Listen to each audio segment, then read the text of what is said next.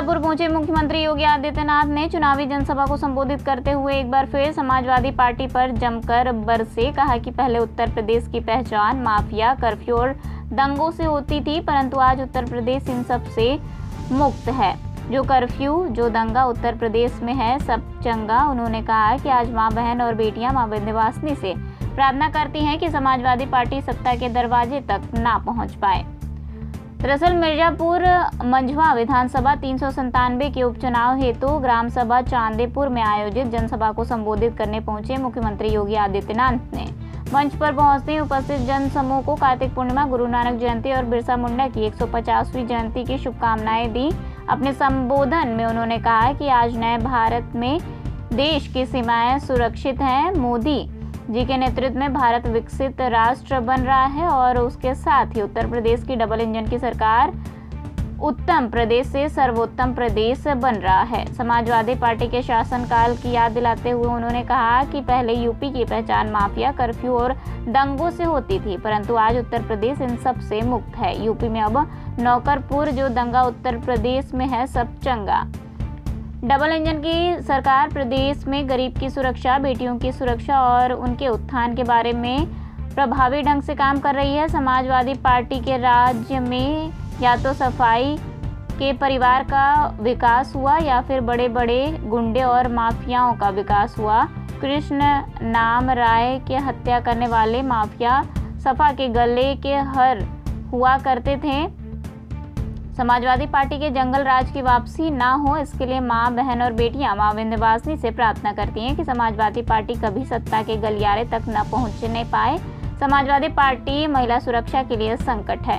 सपा के शासन में नौकरियां निकलती थी तो चाचा भतीजे की जोड़ी साथ साथ वसूली के लिए निकल जाती थी और लोगों से वसूली भी कर ली जाती थी और उन्हें नौकरी भी नहीं दी जाती थी। उत्तर प्रदेश में इसी महीने 6200 पुलिस कर्मियों की भर्ती के परिणाम निकलने वाले हैं, जो पूरी तरह से पारदर्शी हैं और बगैर किसी वसूली के लोगों को नौकरी मिलेगी। इनमें से 20% बेटियों की भर्ती भी प्रदेश सरकार ने सुनिश्चित की है।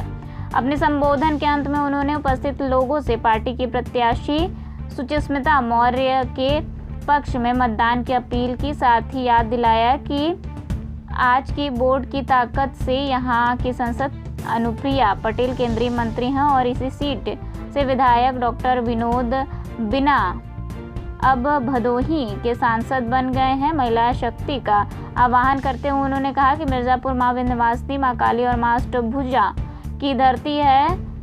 धरती तो है ही, साथ ही साथ ऋषि मुनियों की भी धरती है। ऐसे महिला शक्ति की जीत यहाँ सुनिश्चित है। समाजवादी पार्टी भी आपके सामने आई होगी।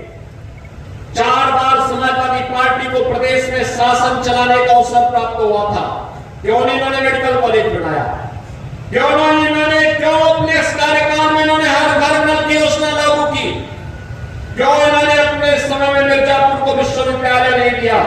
और क्यों नहीं इन्होंने यहां पर मां विंध्यवासिनी कॉरिडोर के लिए कार्य ही आगे बढ़ाया? क्योंकि विकास उनके जिम्मे का हिस्सा नहीं था।